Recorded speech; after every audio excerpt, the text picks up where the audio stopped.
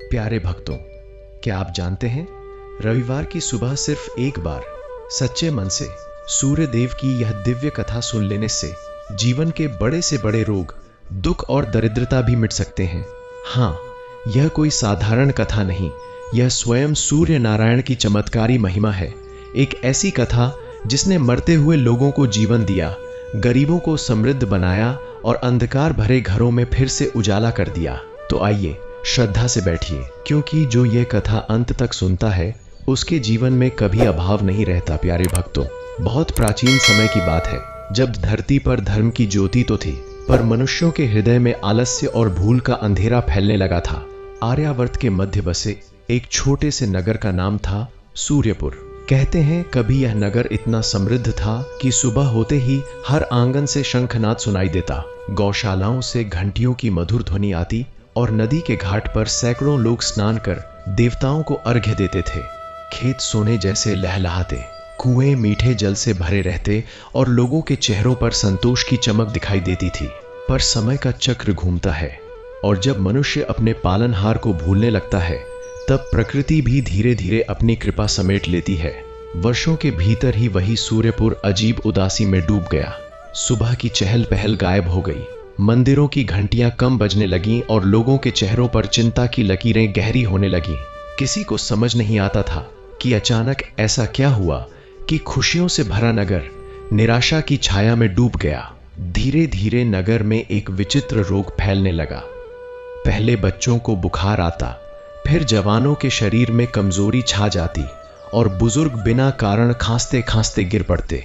वैद्य जड़ी बूटियां देते, हकीम काढ़े पिलाते, पर बीमारी जैसे हंसकर सबका मजाक उड़ाती।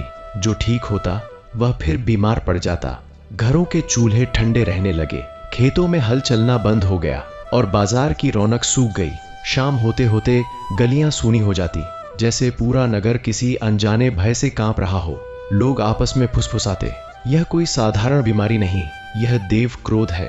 पर कौन सा देवता रुष्ट है, यह कोई नहीं जानता था। मंदिरों में भीड़ बढ़ी, पर श्रद्धा में वह सच्चाई नहीं रही थी जो कभी हुआ करती थी। लोग प्रार्थना तो करते, पर मन में शंका भरी रहती। विश्वास की लौ बुझने लगी थी और उसी बुझती लौ के साथ लोगों का साहस भी खत्म हो रहा था। उसी नगर के किनारे कच्ची मिट्टी की एक छोटी सी झोपड़ी में धर्मपाल नाम का एक गरीब किसान अपनी पत्नी गौरी और छोटे पुत्र माधव के साथ रहता था। धर्मपाल का जीवन कठिनाइयों से भरा था, फिर भी वह कभी शिकायत नहीं करता। दिन भर खेत में मजदूरी करता, रात को परिवार के साथ सूखी रोटी खाकर भी संतोष से सो जाता। उसके चेहरे पर हमेशा ईश्वर के प्रति कृतज्ञता रहती थी। पर जब वही रहस्यमय रोग उसके घर में घुस आया, तब उसका साहस भी डगमगाने लगा। पहले गौरी को तेज बुखार चढ़ा, फिर माधव इतना कमजोर हो गया कि खड़ा भी नहीं हो पाता था। धर्मपाल उन्हें देखकर भीतर ही भीतर टूटने लगा। वह रात रात भर जागकर उनकी सेवा करता, पर हर सुबह उनकी हालत और खराब मिलती। उसकी आंखों के नीचे काले घेरे पड़ गए, हाथ कांपने लगे और मन में एक ही प्रश्न उठता, हे प्रभु, मेरी क्या भूल है। एक दिन वह हताश होकर नगर के बड़े मंदिर की सीढ़ियों पर बैठ गया। सूरज ढल रहा था, आकाश लालिमा से भर गया था, पर उसके मन में अंधेरा ही अंधेरा था। उसने पहली बार जीवन में रोते हुए ईश्वर से शिकायत की, मैंने किसी का बुरा नहीं किया, फिर मेरे परिवार को यह सजा क्यों। आंसू पत्थर की सीढ़ियों पर गिरते रहे। तभी उसे लगा जैसे कोई उसके पास आकर खड़ा हो गया है। उसने सिर उठाया तो देखा सफेद दाढ़ी वाले एक वृद्ध सन्यासी, जिनकी आंखों में अद्भुत तेज था। उनके शरीर से ऐसी शांति निकल रही थी कि पास बैठते ही मन हल्का होने लगे। उन्होंने धीमे स्वर में पूछा, बेटा क्यों रो रहे हो। धर्मपाल ने अपने दुखों की पूरी कथा सुना दी। सन्यासी शांत भाव से सुनते रहे, फिर मुस्कुराकर बोले, तुम्हारा दुख तुम्हारी गरीबी से नहीं, तुम्हारी विस्मृति से है। तुमने उस प्रकाश को भुला दिया जो प्रतिदिन तुम्हें जीवन देता है। धर्मपाल चौंका, कौन सा प्रकाश गुरुदेव। सन्यासी ने आकाश की ओर इशारा किया, जहां डूबते सूरज की आखिरी किरणें चमक रही थीं। उन्होंने कहा, यह संसार जिस ऊर्जा से चलता है वह उसी दिव्य तेज से आती है। वही अन्न उगाता है, वही जल को जीवन देता है, वही शरीर को शक्ति देता है। वह है सूर्य देव। जब मनुष्य उनका सम्मान भूल जाता है तब रोग और दुर्भाग्य बढ़ते हैं। फिर उन्होंने बताया कि प्राचीन काल में सूर्यपुर के लोग हर रविवार सूर्योदय से पहले नदी में स्नान कर तांबे के लोटे से अर्घ्य देते थे, सूर्य कथा सुनते थे और व्रत रखते थे। उसी भक्ति के कारण नगर सुखी था। पर जब से यह परंपरा टूटी तब से संकट शुरू हुआ। उन्होंने गंभीर स्वर में कहा। धर्मपाल की आंखों में आशा की हल्की किरण चमकी। सन्यासी ने उसे एक सरल उपाय बताया। रविवार को ब्रह्म मुहूर्त में उठो, स्नान करो, निर्मल वस्त्र पहनो और उगते सूर्य को जल अर्पित करके उनकी कथा सुनो। यह कार्य श्रद्धा से करना, दिखावे से नहीं। सूर्य की किरणें स्वयं तुम्हारे रोगों को हर लेंगी। धर्मपाल ने उनके चरण पकड़ लिए। उसके मन में पहली बार लगा कि अंधेरी रात के बाद शायद सचमुच सुबह आ सकती है। सन्यासी ने आशीर्वाद दिया और जैसे आए थे वैसे ही भीड़ में अदृश्य हो गए। धर्मपाल देर तक उन्हें खोजता रहा पर वे कहीं दिखाई नहीं दिए। उसे लगा जैसे स्वयं देवदूत उसे मार्ग दिखाने आए थे। उस रात वह लंबे समय बाद थोड़ी शांति से सो पाया, क्योंकि उसके पास अब उम्मीद थी। रविवार की भोर आई तो आसमान में हल्की नीली रोशनी फैल रही थी। मुर्गे की पहली बांग भी पूरी तरह नहीं गूंजी थी, पर धर्मपाल उठ चुका था। उसने ठंडे जल से स्नान किया, पुराने लेकिन साफ कपड़े पहने और तांबे का छोटा सा लोटा लेकर नदी की ओर चल पड़ा। रास्ता सुनसान था, हवा में ठंडक थी, पर उसके मन में अजीब साहस था। हर कदम पर उसे अपनी पत्नी और बेटे का चेहरा याद आता और वह मन ही मन प्रार्थना करता, हे सूर्य नारायण, मेरे परिवार को बचा लो। नदी किनारे पहुंचकर उसने देखा कि चारों ओर गहरा सन्नाटा है। शायद पूरे नगर में वही अकेला था जो इतनी सुबह उठा था। वह जल में उतरा, हाथ जोड़कर पूर्व दिशा की ओर खड़ा हो गया और उगते क्षितिज को देखने लगा। जैसे ही लालिमा फैलने लगी, उसका हृदय तेज धड़कने लगा। तभी क्षितिज से सुनहरी किरण फूटी। धीरे धीरे सूर्य का लाल गोला ऊपर उठने लगा और उस पल धर्मपाल को लगा मानो पूरा आकाश अग्नि से भर गया हो। पर वह अग्नि जलाती नहीं, जीवन देती है। उसने कांपते हाथों से जल अर्पित किया। पानी की धार जब सूर्य की ओर उठी तो वह चमकने लगी जैसे तरल सोना हो। उसकी आंखों से आंसू बह निकले। उसने मंत्र जपा, कथा के शब्द याद किए और पूरी श्रद्धा से सिर झुका दिया। उसी क्षण उसके भीतर एक गर्माहट दौड़ गई, जैसे वर्षों से जमी बर्फ पिघल रही हो। मन का डर गायब हो गया, शरीर हल्का लगने लगा और उसे लगा कि कोई अदृश्य शक्ति उसे आशीर्वाद दे रही है। उसे पता नहीं था कि यही छोटा सा कदम आने वाले दिनों में न केवल उसके घर बल्कि पूरे सूर्यपुर का भाग्य बदलने वाला है। पर उस सुबह उगते सूरज की पहली किरणों के साथ उसकी जिंदगी की नई कथा आरंभ हो चुकी थी। नदी से लौटते समय धर्मपाल के पैरों में थकान नहीं थी, बल्कि एक अनजानी हल्कापन था, जैसे कोई बोझ पीछे छूट गया हो। हवा पहले से अधिक शीतल लग रही थी और पक्षियों की चहचहाहट भी आज कुछ अलग सुनाई दे रही थी। उसके मन में बार बार वही दृश्य घूम रहा था, उगते सूर्य की स्वर्णिम किरणें और जल की चमकती धारा। उसे ऐसा लग रहा था मानो किसी ने उसके हृदय के भीतर दीपक जला दिया हो। रास्ते भर वह सूर्याय नमः बुदबुदाता चला। कई दिनों बाद उसके चेहरे पर आशा की झलक थी। जब वह झोपड़ी के पास पहुंचा तो क्षण भर के लिए उसके कदम रुक गए। उसे डर था कि कहीं घर की हालत पहले जैसी ही ना हो, पर भीतर से खांसी या कराह की आवाज नहीं आ रही थी। यह सन्नाटा उसे विचित्र लगा। उसने धीरे से द्वार खोला और भीतर गया तो देखा कि गौरी करवट लेकर शांति से सो रही है। उसके माथे की जलन कम थी और माधव भी गहरी नींद में था। उनके चेहरे पर जो पीड़ा रोज दिखती थी वह आज कुछ हल्की पड़ चुकी थी। धर्मपाल की आंखें भर आईं।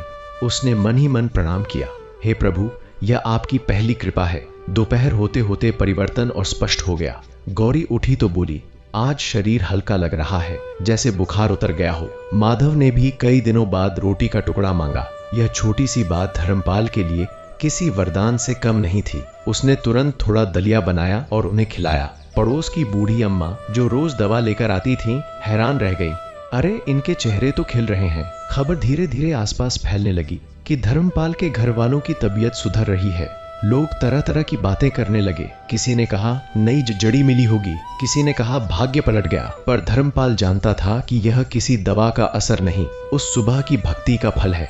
शाम को उसने दीपक जलाकर फिर सूर्य को प्रणाम किया और अगले रविवार का इंतजार करने लगा। उसके भीतर अब भय की जगह दृढ़ विश्वास जन्म ले चुका था। लेकिन संसार में जहां विश्वास होता है वहां परीक्षा भी होती है।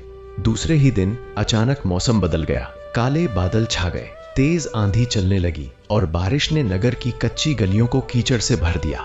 लोग घरों में दुबक गए, कई झोपड़ियां टपकने लगी। धर्मपाल की झोपड़ी भी पानी से भर गई, पर इस बार उसके मन में घबराहट कम थी। वह बार बार सोचता, जो देवता सूर्य की एक किरण से रोग हर सकते हैं, वे हमारी रक्षा भी करेंगे। रात में उसने सपना देखा कि विशाल आकाश में एक तेजस्वी रथ दौड़ रहा है, जिसमें से प्रकाश की धाराएं निकल रही हैं। उसे लगा कोई उसे पुकार रहा है, भय मत करो, श्रद्धा बनाए रखो। वह हड़बड़ाकर जागा तो बाहर वर्षा रुक चुकी थी और बादलों के पीछे से हल्की चांदनी झांक रही थी।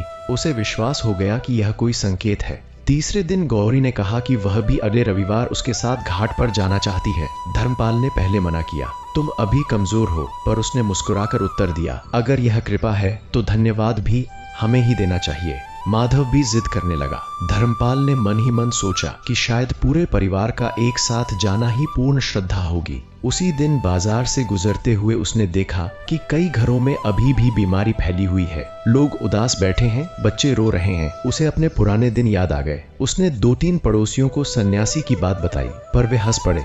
सिर्फ पानी चढ़ाने से बीमारी भागेगी, ऐसा कभी हुआ है क्या?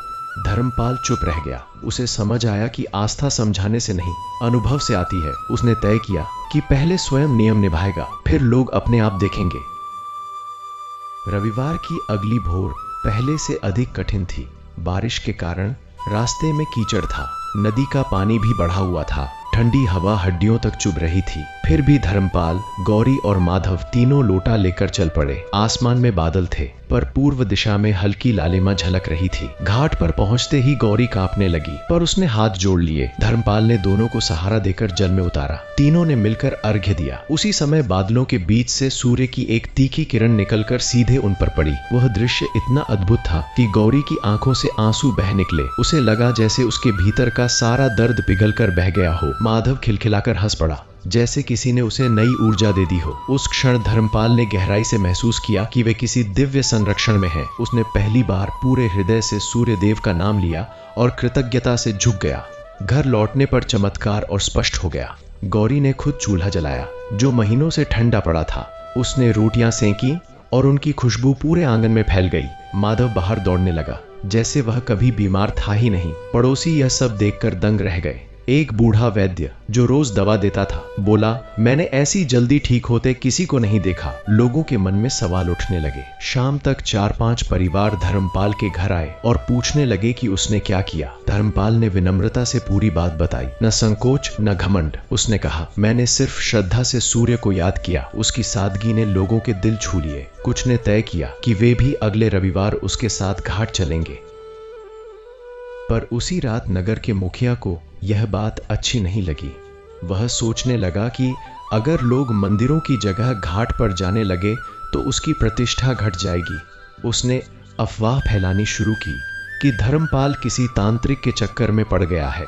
कुछ लोग फिर डर गए, पर कईयों के मन में आशा जाग चुकी थी। धर्मपाल ने इन बातों पर ध्यान नहीं दिया।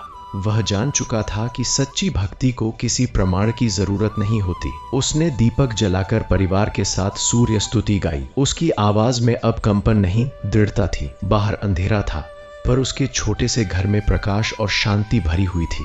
धीरे धीरे सप्ताह बीतने लगा और नगर में एक अजीब प्रतीक्षा फैल गई। लोग आपस में चर्चा करते, क्या सच में रविवार को कुछ होगा? कुछ उत्सुक थे, कुछ संशय में, कुछ उपहास करते, पर धर्मपाल के भीतर कोई संदेह नहीं था। हर शाम वह आकाश की ओर देखता और डूबते सूर्य को प्रणाम करता। उसे लगता कि जैसे कोई अदृश्य संबंध बन गया है, जैसे हर किरण उसे पहचानती हो। उसे यह भी महसूस होने लगा कि उसके भीतर केवल अपने परिवार के लिए नहीं, पूरे नगर के लिए करुणा जाग रही है। अब वह चाहता था कि यह कृपा सब पर बरसे। उसे आभास भी नहीं था कि आने वाला रविवार केवल उसके घर नहीं, बल्कि पूरे सूर्यपुर के इतिहास को बदलने वाला है। और उस दिन से एक ऐसी कथा शुरू होगी जिसे पीढ़ियां याद रखेंगी। अगले रविवार से एक दिन पहले ही सूर्यपुर के वातावरण में अजीब सी हलचल थी, जैसे किसी बड़े उत्सव की तैयारी हो। पर यह उत्सव भय और उम्मीद के बीच झूल रहा था। कुछ लोग धर्मपाल की झोपड़ी के पास आकर चुपचाप बैठ जाते और उससे बार बार वही प्रश्न पूछते, क्या सच में तुम्हारे घर में बिना दवा के रोग भाग गए? धर्मपाल हर बार नम्रता से कहता, मैंने कुछ नहीं किया, बस श्रद्धा से सूर्य को जल चढ़ाया। उसकी आंखों की सच्चाई लोगों के मन को छू जाती। जो पहले उसका मजाक उड़ाते थे वे भी अब भीतर ही भीतर सोचने लगे कि अगर थोड़ी सी आस्था से जीवन सुधर सकता है तो प्रयास करने में हानि ही क्या है। रात होते होते लगभग 10 परिवारों ने निश्चय कर लिया कि वे भी भोर में घाट पर चलेंगे। वर्षों बाद नगर में किसी सामूहिक प्रार्थना की तैयारी हो रही थी और अजीब बात यह थी कि लोगों के चेहरों पर पहली बार डर से ज्यादा उम्मीद दिखाई दे रही थी। भोर आई तो आकाश में बादलों की पतली परत थी, पर क्षितिज पर हल्की सुनहरी रेखा साफ दिख रही थी। धर्मपाल जब लोटा लेकर बाहर निकला तो उसने देखा कि उसकी झोपड़ी के सामने कई लोग पहले से खड़े हैं। कोई बुजुर्ग लाठी टेकता हुआ, कोई माँ अपने बीमार बच्चे को गोद में लिए, कोई जवान अपनी पत्नी का हाथ थामे। सभी की आंखों में एक ही प्रश्न था, क्या आज सचमुच कुछ बदलेगा? धर्मपाल ने सबको हाथों से नमस्कार किया और बोला, डरिए मत, मन साफ रखिए, बाकी सब वह स्वयं करेंगे। सब लोग चुपचाप उसके पीछे चल पड़े। कीचड़ भरे रास्ते पर चलते समय किसी ने शिकायत नहीं की। ऐसा लग रहा था जैसे सबके कदमों को कोई अदृश्य शक्ति आगे बढ़ा रही हो। घाट पर पहुंचते ही नदी की ठंडी हवा ने सबको छुआ और क्षण भर को सभी सिहर उठे, पर उस सिहरन में भी एक पवित्रता थी। धीरे धीरे सब लोग जल में उतरे। कुछ के पैर कांप रहे थे, कुछ मंत्र भी ठीक से नहीं जानते थे, पर धर्मपाल ने सबको सिखाया, बस सच्चे मन से सूर्य का नाम लो। तभी दूर क्षितिज से लालिमा फैलने लगी। पक्षियों का झुंड उड़ता हुआ निकला, मानो आकाश भी इस दृश्य का साक्षी बनना चाहता हो। जैसे ही सूर्य की पहली किरण फूटी, सबने एक साथ जल अर्पित किया। तांबे के लोटों से उठती जलधाराएं चमक उठी, मानो हजारों दीपक एक साथ जल गए हों। उस क्षण एक अद्भुत शांति फैल गई। नदी की लहरें भी धीमी पड़ गईं। लोगों को लगा जैसे समय थम गया हो। कई स्त्रियां रोने लगी, कई पुरुषों की आंखें भर आईं। उस सामूहिक प्रार्थना में इतनी शक्ति थी कि वातावरण स्वयं पवित्र हो गया। धर्मपाल ने मन ही मन पुकारा, हे प्रकाशदाता, इन सब का कष्ट हर लो। तभी बादलों के बीच से तेज किरण निकली और सीधे समूह पर पड़ी, जैसे आशीर्वाद बरस रहा हो। अर्घ्य के बाद सब लोग कुछ देर वहीं बैठे रहे। कोई मंत्र जप रहा था, कोई मौन था। तभी एक बूढ़ी माँ जो अपने बीमार पोते को गोद में लाई थी, अचानक चिल्लाई, देखो इसका बुखार उतर गया। सबकी नजरें उधर गईं। बच्चे का चेहरा लाल नहीं, सामान्य था और वह आंखें खोलकर मुस्कुरा रहा था। यह देखकर भीड़ में फुसफुसाहट फैल गई। कुछ ही देर में एक और युवक बोला कि उसकी छाती का दर्द कम हो गया है। किसी की चक्कर आना बंद हो गया, किसी की खांसी शांत हो गई। यह सब देखकर लोगों के मन से संदेह की दीवार टूटने लगी। जो विश्वास की लौ बुझ गई थी वह फिर से जल उठी। धर्मपाल को लगा जैसे वह सपना देख रहा हो। उसने सिर झुकाकर उस दिव्य शक्ति को प्रणाम किया जिसे लोग सूर्य देव के नाम से पुकारते हैं और जिसकी किरणें आज सब पर करुणा बरसा रही थीं। पर हर चमत्कार के साथ ईर्ष्या भी जन्म लेती है। नगर का मुखिया दूर खड़ा यह सब देख रहा था। उसे डर था कि अगर लोग सीधे सूर्य उपासना में लग गए तो उसकी सत्ता कमजोर हो जाएगी। उसने कुछ लोगों से कहा, यह सब संयोग है, 2 दिन में फिर बीमार पड़ोगे। पर उसकी आवाज में पहले जैसा आत्मविश्वास नहीं था। भीड़ अब उसके शब्दों से ज्यादा अपने अनुभव पर भरोसा कर रही थी। धर्मपाल ने किसी से बहस नहीं की। वह जानता था कि सच्चाई को प्रमाण की जरूरत नहीं होती। उसने सबको समझाया, यह एक दिन का काम नहीं, हर रविवार श्रद्धा से आना होगा। लोगों ने हामी भरी। उस सुबह जब सब लौटे तो उनके कदमों में थकान नहीं, उत्साह था। नगर की गलियों में पहली बार हंसी सुनाई दी। अगले कुछ दिनों में परिवर्तन और स्पष्ट होने लगा। जिन घरों में महीनों से चूल्हा नहीं जला था वहां धुआं उठने लगा। बच्चे बाहर खेलने लगे, खेतों में फिर हल चलने लगे। लोगों ने अपने अपने आंगन साफ किए, मंदिरों में दीप जलाए और सुबह जल्दी उठने लगे। जैसे सूर्य की उपासना ने केवल शरीर ही नहीं, मन को भी स्वस्थ कर दिया हो। धर्मपाल अब सबका प्रिय बन गया था, पर उसने कभी खुद को बड़ा नहीं समझा। वह कहता, मैं भी आप ही जैसा हूँ, बस मुझे रास्ता दिखा दिया गया। उसकी सादगी ने लोगों के दिल जीत लिए। कई बार रात को वह आकाश की ओर देखता और सोचता कि वह वृद्ध सन्यासी कौन था जिसने उसे यह मार्ग बताया। क्या वह कोई ऋषि था या स्वयं देवदूत? एक शाम जब सूर्य अस्त हो रहा था, धर्मपाल को फिर वही सपना आया। उसने देखा कि स्वर्णिम रथ आकाश में दौड़ रहा है, 7 घोड़े उसे खींच रहे हैं और चारों ओर प्रकाश ही प्रकाश है। उस प्रकाश से एक आवाज आई, धर्मपाल, यह केवल तुम्हारे घर की कथा नहीं, पूरे नगर की जागृति है। लोगों को श्रद्धा का मार्ग दिखाते रहो। वह घबराकर उठ बैठा, पर मन में भय नहीं, अपार शांति थी। उसे लगा जैसे उसे कोई जिम्मेदारी सौंप दी गई है। उसने निश्चय किया कि अब हर रविवार केवल अर्घ्य ही नहीं, सूर्य की कथा भी सुनाएगा ताकि लोग भक्ति का अर्थ समझ सकें, क्योंकि केवल चमत्कार देखकर आस्था नहीं टिकती, उसे ज्ञान से सींचना पड़ता है। धीरे धीरे सूर्यपुर का नाम आसपास के गांवों में फैलने लगा। लोग कहते, वहां रविवार को सूर्य की कथा सुनो, रोग मिट जाते हैं। दूर दूर से लोग आने लगे, घाट पर भीड़ बढ़ने लगी, पर अनुशासन और श्रद्धा बनी रही। धर्मपाल जब सबको एक साथ जल अर्पित करते देखता तो उसकी आंखें भर आती। उसे याद आता कि कुछ ही सप्ताह पहले यही नगर निराशा में डूबा था, अब वही नगर प्रकाश से भर गया है। उसे एहसास हुआ कि जब मनुष्य अपने जीवन के स्रोत को पहचान लेता है, तब असंभव भी संभव हो जाता है। और इसी विश्वास के साथ वह अगली भोर की प्रतीक्षा करने लगा, क्योंकि उसे आभास था कि आगे और भी बड़ी लीला होने वाली है, एक ऐसी परीक्षा जो उसकी और पूरे नगर की श्रद्धा को और मजबूत करेगी। सूर्यपुर में अब हर रविवार एक नया उत्सव जैसा दृश्य दिखाई देने लगा था, पर इस उत्सव के पीछे केवल खुशी नहीं, गहरी श्रद्धा और कृतज्ञता थी। भोर होते ही घरों के दरवाजे खुलने लगते, स्त्रियां कलश में जल भरती, पुरुष स्नान कर स्वच्छ वस्त्र पहनते और बच्चे भी उनिंदी आंखों से उठकर माता पिता का हाथ थाम लेते। पहले जो घाट सुनसान पड़ा रहता था, अब वहां सैकड़ों पदचापों की ध्वनि गूंजती। हवा में धूप और गीली मिट्टी की सुगंध मिलकर एक पवित्र वातावरण बना देती। धर्मपाल जब यह सब देखता तो उसे विश्वास ही नहीं होता कि कुछ ही सप्ताह पहले यही लोग निराशा में डूबे थे। अब हर चेहरे पर आशा की चमक थी। लोग उसे सम्मान से भैया या धर्मपाल जी कहकर पुकारते, पर वह हमेशा कहता, मुझे नहीं, उस प्रकाश को प्रणाम करो जो हम सबको जीवन देता है। उसके शब्दों में इतना स्नेह होता कि सुनने वाला स्वयं झुक जाता। पर जहां प्रकाश बढ़ता है, वहां अंधकार भी अपनी आखिरी कोशिश करता है। नगर का मुखिया और उसके कुछ स्वार्थी साथी यह सब देखकर भीतर ही भीतर जल रहे थे। उन्हें डर था कि अगर लोग सीधे सूर्य उपासना में लग गए तो उनकी सत्ता और दान दक्षिणा घट जाएगी। उन्होंने धीरे धीरे अफवाहें फैलानी शुरू की। यह सब ढोंग है, ज्यादा नदी में जाने से बीमारी बढ़ेगी, धर्मपाल लोगों को बहका रहा है। कुछ कमजोर मन वाले लोग फिर डरने लगे। एक दो परिवार घाट पर आना बंद कर दिए। यह देखकर धर्मपाल का मन दुखी हुआ, पर उसने किसी से विवाद नहीं किया।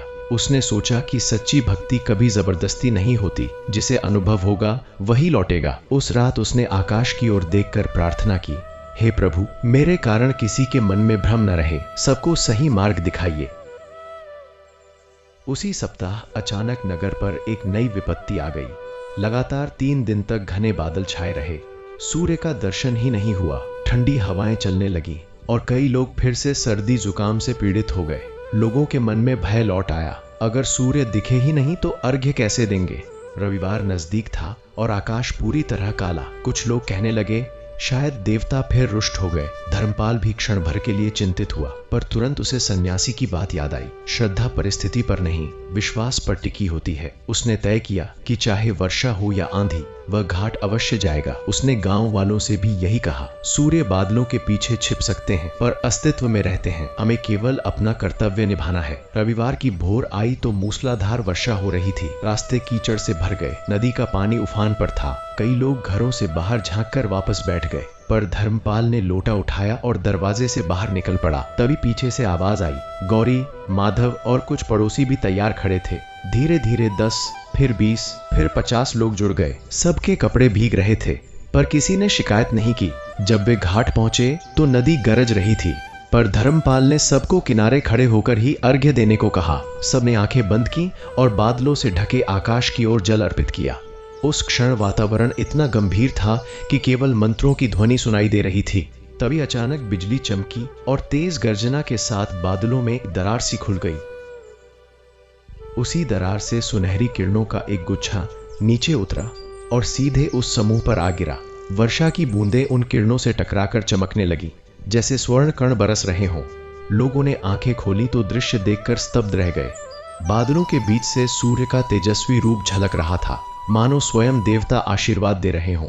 कई लोग रो पड़े, कई जमीन पर दंडवत लेट गए। धर्मपाल का हृदय जोर से धड़कने लगा।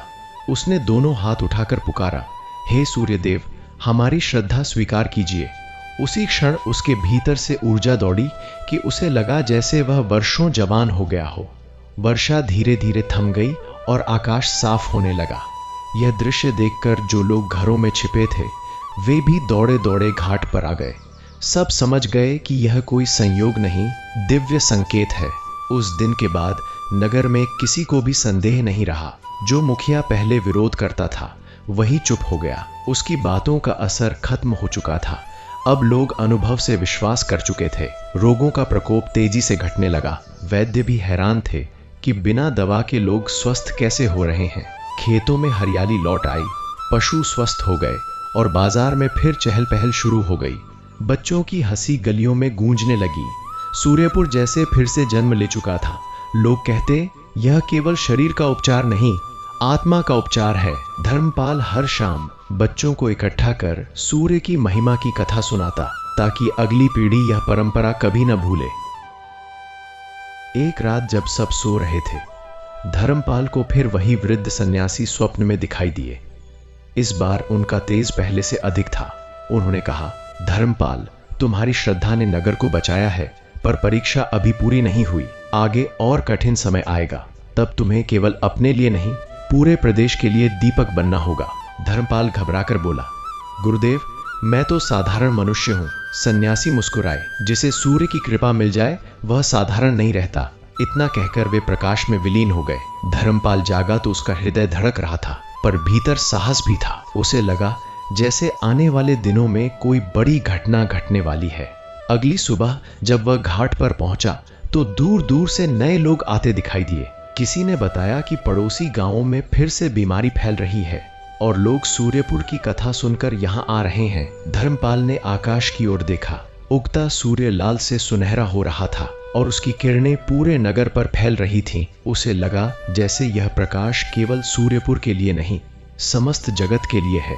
उसने मन ही मन प्रण लिया कि वह इस दिव्य उपासना को हर घर तक पहुंचाएगा, चाहे कितनी भी कठिनाई क्यों ना आए। क्योंकि अब यह केवल उसकी कहानी नहीं थी, यह उस विश्वास की कहानी थी जो अंधकार को चीरकर प्रकाश बन जाता है और जिसकी शुरुआत अभी हुई है। आगे की लीला और भी अद्भुत होने वाली है।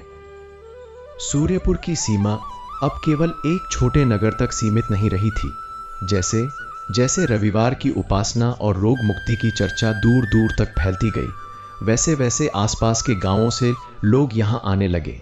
कोई बैलगाड़ी में, कोई पैदल, कोई अपने बीमार बच्चे को कंधे पर उठाए तो कोई बूढ़े माता पिता का सहारा बनकर। हर चेहरे पर एक ही चाह, शायद यहाँ से जीवन का नया आरंभ मिल जाए। धर्मपाल जब भोर में घाट की ओर जाता तो उसे लगता मानो कोई तीर्थ यात्रा निकल पड़ी हो। रास्ते में मिट्टी की सौंधी गंध, दूर मंदिर की घंटियों की आवाज और आकाश में फैलती लालिमा मिलकर ऐसा दृश्य बनाती कि हृदय अपने आप श्रद्धा से भर जाए।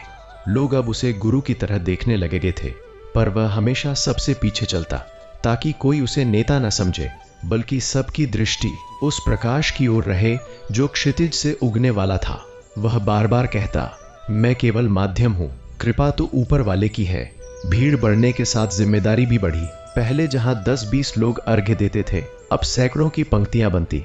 धर्मपाल सबको समझाता कि नदी में धक्का मुक्की न करें, शांति से खड़े रहें और मन को निर्मल रखें। उसने बच्चों को मंत्र सिखाए, महिलाओं को कथा सुनाई और पुरुषों को संयम का महत्व बताया। धीरे धीरे घाट पर अनुशासन अपने आप स्थापित हो गया। ऐसा लगता मानो कोई अदृश्य शक्ति सबको संयम सिखा रही हो। जब एक साथ सैकड़ों लोटों से जल उठता और सूर्य की ओर जाता तो दृश्य ऐसा बनता जैसे हजारों स्वर्णिम धाराएं आकाश से मिल रही हों। कई लोग उस क्षण रो पड़ते क्योंकि उन्हें लगता कि वे पहली बार सचमुच ईश्वर से जुड़ पाए हैं। रोग तो धीरे धीरे मिट ही रहे थे, पर उससे बड़ा चमत्कार यह था कि लोगों के मन का भय समाप्त हो रहा था। इसी बीच एक दिन 2 अजनबी नगर में आए। उनके वस्त्र फटे थे, चेहरों पर थकान थी और साथ में किशोरी थी जो गंभीर रूप से बीमार दिखती थी। वे दूर के पहाड़ी गांव से आए थे जहां किसी अज्ञात महामारी ने कई लोगों को ग्रसित कर लिया था। उन्होंने सुना था कि सूर्यपुर में रविवार की उपासना से रोग दूर होते हैं, इसलिए आखिरी आशा लेकर यहां पहुंचे थे। लड़की इतनी कमजोर थी कि खड़ी भी नहीं हो पा रही थी। धर्मपाल ने उन्हें अपने घर में ठहराया। गौरी ने उनके लिए भोजन बनाया और माधव ने पानी पिलाया। रात भर वह लड़की कराहती रही। उसके माता पिता की आंखों से आंसू रुकते नहीं थे। धर्मपाल भी व्याकुल था, पर उसके भीतर एक दृढ़ विश्वास था कि जो शक्ति अब तक इतने लोगों को बचा चुकी है वह इस बच्ची को भी निराश नहीं करेगी। रविवार की भोर आई तो धर्मपाल ने उस लड़की को कंधे पर उठाया और घाट की ओर चल पड़ा। उसके माता पिता पीछे पीछे चल रहे थे। भीड़ ने रास्ता दे दिया। सबकी आंखों में करुणा थी। जब अर्घ्य देने का समय आया तो धर्मपाल ने लड़की को किनारे बैठाया और उसके हाथों में थोड़ा जल रखकर बोला, बेटी बस सूर्य का नाम लो। लड़की ने कमजोर आवाज में मंत्र दोहराया। उसी क्षण पूर्व दिशा में बादल हटे और एक तीखी किरण सीधे उसके चेहरे पर पड़ी। कुछ पल के लिए सबकी सांसें थम गई। फिर धीरे धीरे लड़की ने आंखें खोली, गहरी सांस ली और बोली, माँ मुझे भूख लगी है। यह सुनते ही उसकी माँ चीख पड़ी और उसे गले से लगा लिया। भीड़ में जय घोष गूंज उठा। कई लोग हाथ जोड़कर आकाश की ओर देखने लगे। उस दिन धर्मपाल ने पहली बार खुले शब्दों में पुकारा, हे सूर्यदेव आपकी महिमा अपार है। उस क्षण ऐसा लगा मानो पूरा आकाश स्वर्णिम हो उठा हो। यह घटना पूरे प्रदेश में आग की तरह फैल गई। अब केवल आसपास के गांव ही नहीं, दूर दराज के लोग भी आने लगे। सूर्यपुर एक तीर्थ बन चुका था। व्यापारी आने लगे, साधु संत ठहरने लगे और घाट पर छोटे छोटे दीपदान बनने लगे। नगर की अर्थव्यवस्था भी सुधरने लगी। जिन घरों में पहले भूख थी वहां अब काम मिलने लगा। पर धर्मपाल को इस बढ़ती प्रसिद्धि से डर भी लगने लगा। उसे भय था कि कहीं लोग फिर बाहरी दिखावे में न उलझ जाएं और असली भक्ति भूल न जाएं। इसलिए उसने हर सभा में कहा, यह चमत्कार मेरा नहीं, न इस घाट का है, यह केवल श्रद्धा का फल है। अगर मन शुद्ध न हो तो यहाँ आकर भी कुछ नहीं मिलेगा। उसकी बातों में सादगी थी, इसलिए लोग ध्यान से सुनते। लेकिन जैसे जैसे भीड़ बढ़ी, कुछ लालची लोग भी लाभ उठाने लगे। घाट के पास दुकानें खुल गई। कुछ लोग नकली ताबीज बेचने लगे। कोई विशेष पूजा के नाम पर पैसे मांगने लगा। धर्मपाल यह देखकर दुखी हुआ। उसे लगा कि कहीं यह पवित्र स्थान बाजार न बन जाए। एक शाम उसने सबको इकट्ठा कर कहा, यदि हम सूर्य की कृपा को व्यापार बना देंगे तो यह कृपा हमसे छिन जाएगी। उसके शब्दों ने लोगों के दिल को छू लिया। कई दुकानदारों ने स्वयं ही अनावश्यक चीजें हटाई। सबने मिलकर तय किया कि यहाँ केवल सेवा होगी, लालच नहीं। उस दिन धर्मपाल ने समझा कि सच्ची भक्ति केवल प्रार्थना से नहीं, चरित्र से भी प्रकट होती है। इन्हीं दिनों उसे फिर एक अद्भुत स्वप्न आया। उसने देखा कि विशाल आकाश में स्वर्णिम रथ दौड़ रहा है। 7 घोड़े बिजली की तरह चमक रहे हैं और पूरा ब्रह्मांड प्रकाश से भरा है। उस रथ से आवाज आई, धर्मपाल प्रकाश को फैलने दो, पर अहंकार को पास मत आने दो। जहां अहंकार आया वहां अंधकार लौट आएगा। वह घबरा कर जागा। उसके माथे पर पसीना था, पर हृदय में चेतावनी स्पष्ट थी। उसने निश्चय किया कि चाहे लोग कितना भी सम्मान दे, वह स्वयं को हमेशा साधारण किसान ही मानेगा। अगले दिन उसने फिर खेत में काम करना शुरू कर दिया, ताकि लोग समझें कि वह कोई चमत्कारी पुरुष नहीं, बल्कि उन्हीं जैसा एक इंसान है। धीरे धीरे सूर्यपुर केवल रोग मुक्ति का स्थान नहीं, बल्कि विश्वास का केंद्र बन गया। हर रविवार घाट पर हजारों दीपक जलते, बच्चों की हंसी गूंजती और सामूहिक प्रार्थना से वातावरण थरथरा उठता। धर्मपाल जब उस दृश्य को देखता तो उसकी आंखों में आंसू आ जाते। उसे लगता कि जैसे स्वयं प्रकृति मुस्कुरा रही हो, पर उसके भीतर कहीं एक हल्की सी आशंका भी जन्म ले रही थी। इतनी बड़ी कृपा के बाद अक्सर कोई बड़ी परीक्षा आती है। वह जानता था कि आगे का मार्ग आसान नहीं होगा। शायद कोई ऐसा संकट आने वाला है जो पूरे प्रदेश की आस्था को चुनौती देगा। और वह मन ही मन तैयार होने लगा, क्योंकि उसे विश्वास था कि जब तक उगता सूर्य है तब तक अंधकार कभी स्थायी नहीं रह सकता। सूर्यपुर की बढ़ती ख्याति अब किसी कथा या अफवाह तक सीमित नहीं रही थी। वह एक जीवित सत्य बन चुकी थी, जिसे लोग अपनी आंखों से देख रहे थे। हर रविवार घाट पर इतना जनसमूह इकट्ठा हो जाता कि दूर से देखने पर लगता जैसे कोई स्वर्णिम नदी बह रही हो। सैकड़ों तांबे के लोटे, हजारों जुड़ी हथेलियां और मंत्रों की संयुक्त ध्वनि, पूरा वातावरण कंपन करने लगता। धर्मपाल जब इस दृश्य को देखता तो उसके भीतर विनम्रता और भी बढ़ जाती। उसे लगता कि यदि मनुष्य मिलकर प्रार्थना करे तो धरती का संतुलन भी बदल सकता है। बच्चे अब खेलते खेलते भी सूर्य मंत्र गुनगुनाते, स्त्रियां घर के आंगन में दीप जलाकर आरती करती और पुरुष दिन की शुरुआत अर्घ्य देकर ही करते। रोग लगभग समाप्त हो चुके थे, परंतु प्रकृति का नियम है कि जब जीवन अत्यधिक सहज लगने लगे तभी अचानक कोई परीक्षा सामने आ खड़ी होती है। एक सप्ताह बाद कुछ अजीब घटित हुआ। लगातार 3 दिनों तक सूर्योदय फीका रहा। आकाश में धुंध छाई रहती और सूर्य का तेज जैसे मंद पड़ गया था। खेतों में हरियाली होते हुए भी पत्तियों में चमक नहीं थी। पक्षियों की चहचहाहट कम हो गई थी। लोगों के मन में फिर हल्की चिंता लौटने लगी। क्या यह कोई अपशकुन है? कई बुजुर्ग आपस में फुसफुसाते। कुछ बच्चों को फिर हल्का बुखार आने लगा। छोटे छोटे लक्षण देखकर लोगों के मन में पुराने भय जाग उठे। धर्मपाल सबको समझाता, डरो मत, प्रकृति में उतार चढ़ाव आते रहते हैं। पर भीतर ही भीतर उसे भी चिंता थी। उसे सन्यासी की चेतावनी याद आई, बड़ी परीक्षा अभी बाकी है। वह हर शाम पहले से अधिक देर तक प्रार्थना करने लगा। चौथे दिन दोपहर में आकाश अचानक काला पड़ गया, जैसे संध्या समय हो गया हो। हवा में एक अजीब सन्नाटा फैल गया। पक्षी अपने घोंसलों की ओर भागने लगे। पशु बेचैन हो उठे। लोगों ने ऊपर देखा तो सूर्य पर काले बादलों की मोटी परत छा गई थी और कुछ ही क्षणों में ऐसा लगा जैसे दिन में ही रात उतर आई हो। बच्चों ने डरकर मां का आंचल पकड़ लिया। कई लोग बोले, यह ग्रहण है, देवता रुष्ट हो गए। मंदिरों में घंटियां बजने लगी, पर घबराहट शांत नहीं हुई। वर्षों बाद फिर वही डर नगर की गलियों में लौट आया था। धर्मपाल ने महसूस किया कि अगर इस समय लोगों का विश्वास डगमगा गया तो अब तक की सारी साधना व्यर्थ हो जाएगी। उसने तुरंत सबको संदेश भिजवाया, आज रात घाट पर दीप जलाकर सामूहिक प्रार्थना करेंगे। संध्या होते होते सैकड़ों लोग घाट पर इकट्ठा हो गए। हर किसी के हाथ में मिट्टी का दीपक था। नदी का पानी काला सा दिख रहा था और ऊपर आकाश में बादल चक्कर काट रहे थे। हवा में ठंडक थी, पर भीड़ में एक गर्मजोशी भी थी। सब एक दूसरे के साथ खड़े थे। धर्मपाल बीच में खड़ा हुआ और बोला, भाइयों बहनों, याद रखो, प्रकाश कभी नष्ट नहीं होता, केवल छिप जाता है। यदि हमारा विश्वास अडिग रहा तो अंधकार स्वयं हट जाएगा। उसने सबको आंखें बंद करने को कहा और सूर्य स्तुति का जाप शुरू कराया। हजारों कंठों से निकली ध्वनि नदी के जल से टकराकर गूंज उठी। वह स्वर इतना शक्तिशाली था कि लगता था धरती भी कांप रही है। उसी क्षण धर्मपाल ने मन ही मन पुकारा, हे सूर्यदेव, अपने भक्तों की लाज रख लीजिए। जाप के बीच अचानक तेज हवा चली और कई दीपक बुझ गए। कुछ लोग घबरा गए, पर तभी गौरी ने आगे बढ़कर अपना दीप धर्मपाल के दीप से जलाया। फिर एक से दूसरे, दूसरे से तीसरे। कुछ ही पलों में सारे दीप फिर जगमगा उठे।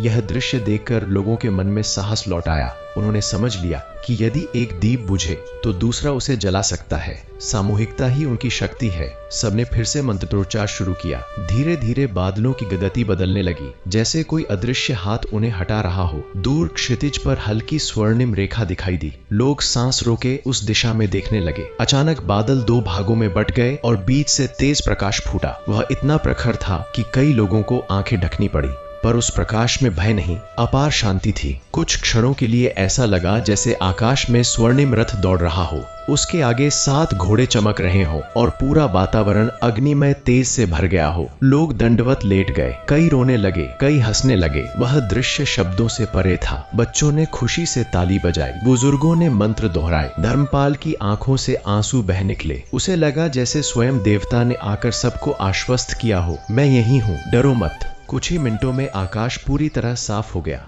और सूर्य पहले से अधिक उज्जवल दिखाई देने लगा। उस घटना के बाद नगर का विश्वास पहले से कई गुना बढ़ गया।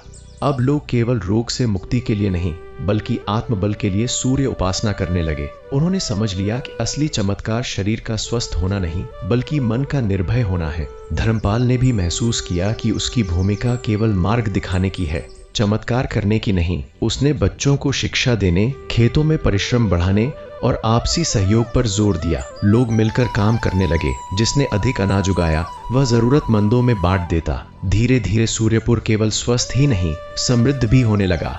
आसपास के प्रदेशों में लोग उदाहरण देने लगे, देखो जैसे सूर्यपुर में लोग एक दूसरे का साथ देते हैं। फिर भी धर्मपाल के भीतर एक गहरी विनम्रता बनी रही। हर रात वह झोपड़ी के बाहर बैठकर आकाश को देखता और सोचता कि यदि उस दिन मंदिर की सीढ़ियों पर रोते हुए उसे वह वृद्ध सन्यासी ना मिले होते तो शायद यह सब कभी ना होता। उसे लगता कि जीवन में कभी भी निराशा अंतिम नहीं होती, बस एक किरण की जरूरत होती है। उसने प्रण लिया कि जब तक सांस है वह हर रविवार लोगों को यह कथा सुनाएगा, ताकि आने वाली पीढ़ियां अंधकार से न डरे। और इसी संकल्प के साथ उसने अगली भोर की प्रतीक्षा की, क्योंकि उसे आभास था कि कथा अभी समाप्त नहीं हुई। आगे और भी गहन रहस्य और भी दिव्य लीलाएं उसकी प्रतीक्षा कर रही हैं। रात के उस अद्भुत प्रकाश दर्शन के बाद सूर्यपुर जैसे भीतर से बदल चुका था। पहले लोग सूर्य को केवल आकाश में उगता हुआ एक गोला समझते थे, पर अब उन्हें लगता था कि वह कोई जीवित चेतना है जो उनकी हर प्रार्थना सुनती है। सुबह होते ही बच्चे दौड़कर नदी की ओर जाते, स्त्रियां घर की देहरी पर रंगोली बनाती और पुरुष हाथ जोड़कर उगते आकाश को प्रणाम करते। हवा में धूप और गाय के गोबर से बने उपलों की सुगंध घुल जाती, जिससे पूरा वातावरण तीर्थ सा पवित्र लगने लगता। धर्मपाल जब यह सब देखता तो उसके भीतर कृतज्ञता की लहर उठती। वह सोचता, जिस नगर में कभी सन्नाटा और कराहें थीं, वहां आज भजन गूंज रहे हैं। पर साथ ही उसे यह भी अनुभव होता कि इतनी बड़ी कृपा के बाद मनुष्य को और अधिक सजग रहना चाहिए, क्योंकि ढील पड़ते ही अंधकार फिर घुस आता है। इसलिए वह हर घर जाकर लोगों को याद दिलाता, भक्ति केवल रविवार की नहीं, जीवन की आदत बनाओ। धीरे धीरे दूर राज्यों से भी लोग आने लगे, कुछ अपने रोग लेकर, कुछ मनोकामना लेकर, तो कुछ केवल इस अद्भुत परिवर्तन को देखने के लिए। घाट पर अब इतना जनसमूह होने लगा कि नदी का किनारा छोटा पड़ जाता।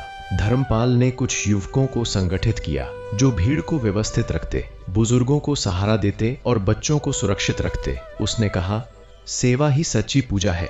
युवकों ने इसे अपना कर्तव्य मान लिया। कई बार वह देखता कि कोई गरीब यात्री भूखा बैठा है तो गांव की महिलाएं अपने घर से रोटियां ले आती। किसी के पास चादर नहीं होती तो कोई अपनी ओढ़नी दे देता।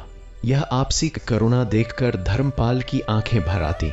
उसे लगता कि सूर्य की किरणें केवल शरीर ही नहीं, हृदय भी गर्म कर रही हैं। इन्हीं दिनों एक विचित्र घटना हुई। एक धनी व्यापारी अपने सेवकों के साथ आया। उसके पास बहुत धन था, पर वह वर्षों से असाध्य रोग से ग्रस्त था। उसने सुना था कि यहाँ चमत्कार होते हैं, इसलिए उसने आते ही कहा, मुझे विशेष पूजा चाहिए, मैं जितना धन मांगो दे दूंगा। धर्मपाल ने मुस्कुराकर उत्तर दिया, यहाँ धन से नहीं, श्रद्धा से काम होता है। सबके साथ खड़े होकर अर्घ्य दीजिए। व्यापारी को यह बात अच्छी नहीं लगी। उसे आदत थी कि हर जगह उसे सम्मान और अलग स्थान मिले, पर यहाँ सब समान थे। किसान, मजदूर, राजा, भिखारी। मजबूरी में वह भी भीड़ में खड़ा हो गया। जब उसने पहली बार साधारण लोगों के साथ मिलकर जल अर्पित किया तो उसके भीतर अजीब सी विनम्रता जागी। उसे लगा जैसे वर्षों का अहंकार पिघल रहा है। कुछ ही दिनों में उसका स्वास्थ्य सुधरने लगा। तब उसने समझा कि असली रोग शरीर का नहीं, मन का था। उसने धन दान करने की जगह घाट पर सेवा करने का निश्चय किया। पर हर आने वाला व्यक्ति सच्चे भाव से नहीं आता। कुछ लोग केवल तमाशा देखने आते, कुछ चमत्कार की परीक्षा लेने। एक दिन कुछ युवकों ने मजाक में अर्घ्य देते समय हंसी उड़ाई। उसी समय उनका पैर फिसल गया और वे पानी में गिर पड़े। कोई बड़ी हानि तो नहीं हुई, पर वे बुरी तरह डर गए। धर्मपाल ने उन्हें डांटा नहीं, बल्कि समझाया, भक्ति का स्थान खेल का नहीं होता। वे शर्मिंदा होकर हाथ जोड़ने लगे। उस दिन से वे सबसे पहले आकर घाट साफ करते। यह देखकर सबने जाना कि सूर्य की उपासना केवल वरदान ही नहीं देती, वह मनुष्य को सही मार्ग भी दिखाती है। धीरे धीरे घाट एक विद्यालय जैसा बन गया, जहां हर कोई अनुशासन और श्रद्धा सीखता। एक शाम धर्मपाल अकेला खेत की मेड़ पर बैठा सूर्यास्त देख रहा था। आकाश लाल और सुनहरा हो रहा था, जैसे आग की लपटें फैल रही हों। उसे अचानक वही वृद्ध सन्यासी याद आए। उसने मन ही मन सोचा, गुरुदेव आप कहाँ हैं? तभी पीछे से धीमी आवाज आई, यही हूं बेटा। वह चौंक कर मुड़ा तो वही तेजस्वी वृद्ध खड़े थे। उनके चेहरे पर मुस्कान थी। धर्मपाल उनके चरणों में गिर पड़ा। सन्यासी बोले, तुमने लोगों को प्रकाश की ओर मोड़ दिया है, पर अभी एक अंतिम परीक्षा शेष है। जब संकट सबसे बड़ा लगे तब डगमगाना मत। इतना कहकर वे आकाश की ओर देखने लगे, जहां डूबते सूर्य की किरणें उनके शरीर से मिलती प्रतीत हो रही थीं। कुछ ही क्षणों में वे धुंध की तरह विलीन हो गए। धर्मपाल देर तक स्तब्ध खड़ा रहा। उसे समझ आ गया कि आगे कुछ असाधारण होने वाला है। कुछ ही दिनों बाद पड़ोसी प्रदेश से खबर आई कि वहां भयंकर सूखा पड़ गया है। नदियां सूख रही हैं, पशु मर रहे हैं और लोग पलायन कर रहे हैं। सैकड़ों परिवार सूर्यपुर की ओर आने लगे। उनके चेहरों पर भूख और निराशा साफ दिखाई देती थी। धर्मपाल ने पंचायत बुलाई और कहा, यदि सूर्य ने हमें इतना दिया है तो हमें बांटना भी होगा। सबने सहमति दी। अनाज के भंडार खोले गए। कुओं का पानी साझा किया गया और खाली घरों में शरण दी गई। देखते देखते सूर्यपुर शरणार्थियों से भर गया, पर किसी ने शिकायत नहीं की। सब जानते थे कि आज वे मदद करेंगे, कल कोई उनकी करेगा। यह करुणा ही उस उपासना का असली फल थी। रविवार की भोर जब इतने नए लोग घाट पर पहुंचे तो दृश्य और भी विशाल हो गया। हजारों हाथ एक साथ जुड़े, हजारों आंखें नम थीं। धर्मपाल ने आकाश की ओर देखा और गहरी आवाज में पुकारा, हे सूर्यदेव, आपने हमें प्रकाश दिया, अब इन दुखियों को भी जीवन दीजिए। उसी क्षण क्षितिज पर बादल हटे और सूर्य पहले से कहीं अधिक प्रखर होकर उभरा। उसकी किरणें दूर दूर तक फैल गईं। ऐसा लगा मानो धरती स्वयं सुनहरी चादर ओढ़ रही हो। लोग खुशी से रो पड़े। कई शरणार्थियों ने कहा कि उनके गांवों में महीनों बाद आज पहली बार बादल हटे हैं। सबने इसे आशीर्वाद माना। उस दिन धर्मपाल ने समझ लिया कि यह कथा केवल एक नगर की नहीं, पूरे मानव समाज की है। जब मनुष्य मिलकर श्रद्धा और सेवा का मार्ग अपनाता है तो प्रकृति भी उसका साथ देती है। उसने ठान लिया कि वह इस प्रकाश को कभी मंद नहीं पड़ने देगा। चाहे कितनी भी कठिनाई आए, वह हर रविवार लोगों को याद दिलाता रहेगा कि सूर्य केवल आकाश में नहीं, हमारे भीतर भी उगता है। और उसी विश्वास के साथ वह अगली भोर की प्रतीक्षा करने लगा, क्योंकि उसे अनुभव हो रहा था कि अभी इस महागाथा का सबसे बड़ा अध्याय बाकी है, एक ऐसा मोड़ जो इतिहास बना देगा। भोर से ठीक पहले का समय था, जब आकाश गहरे नीले रंग में डूबा रहता है और पक्षियों की पहली चहचहाट भी अभी जन्म नहीं लेती। उसी शांति में सूर्यपुर जैसे किसी अनदेखी प्रतीक्षा में ठहरा हुआ था। धर्मपाल रात भर सो नहीं पाया था। उसके मन में बार बार उस सन्यासी की चेतावनी गूंज रही थी, सबसे बड़ी परीक्षा शेष है। वह उठकर धीरे से घर के बाहर आया। धरती पर ओस जमी थी और ठंडी हवा में कहीं दूर से शंख की मंद ध्वनि सुनाई दे रही थी। उसने आसमान की ओर देखा और मन ही मन प्रार्थना की, हे प्रभु, यदि कोई संकट आने वाला है तो मुझे शक्ति देना कि मैं लोगों का विश्वास बनाए रख सकूं। तभी उसे लगा जैसे अंधकार कुछ अधिक घना हो गया हो, जैसे सूर्योदय देर से होगा। उसका हृदय अनजाने भय से कांप उठा, पर उसने तुरंत स्वयं को संभाला और घाट की ओर चल पड़ा। घाट पर पहुंचकर उसने देखा कि आज भीड़ सामान्य से अधिक है, पर लोगों के चेहरों पर हल्की बेचैनी है। रात में तेज हवाएं चली थीं और कई घरों की छप्पर उड़ गई थी। कुछ किसानों ने बताया कि खेतों में अजीब कीट लग गए हैं जो फसल चट कर रहे हैं। बच्चे खांस रहे थे, बूढ़ों को बुखार था। ऐसा लग रहा था जैसे एक साथ कई विपत्तियां घेर आई हों। फिर भी सब लोग जल कलश लिए पंक्तिबद्ध खड़े थे। धर्मपाल ने उन्हें हिम्मत दी, डरिए मत, यह भी एक परीक्षा है। जैसे ही उसने अर्घ्य देने को हाथ उठाए, क्षितिज पर बादल छा गए और सूर्य का उगना कुछ देर रुक गया। लोग फुसफुसाने लगे, आज सूर्य दिखाई क्यों नहीं दे रहा। उस क्षण धर्मपाल ने ऊंचे स्वर में मंत्रोच्चार शुरू किया, ताकि किसी का विश्वास डगमगाए नहीं। उसका स्वर घाट की सीढ़ियों से टकराकर गूंज उठा और धीरे धीरे सबने उसका साथ देना शुरू किया। इसी बीच पड़ोसी प्रदेश से आए शरणार्थियों में एक वृद्धा बेहोश होकर गिर पड़ी। उसका बेटा रोते हुए बोला, 3 दिन से मां ने कुछ नहीं खाया। यह दृश्य देखकर कई स्त्रियां दौड़ पड़ी। किसी ने गुड़ दिया, किसी ने दूध। धर्मपाल ने अपने हाथों से वृद्धा को पानी पिलाया। कुछ ही देर में उसकी आंखें खुली।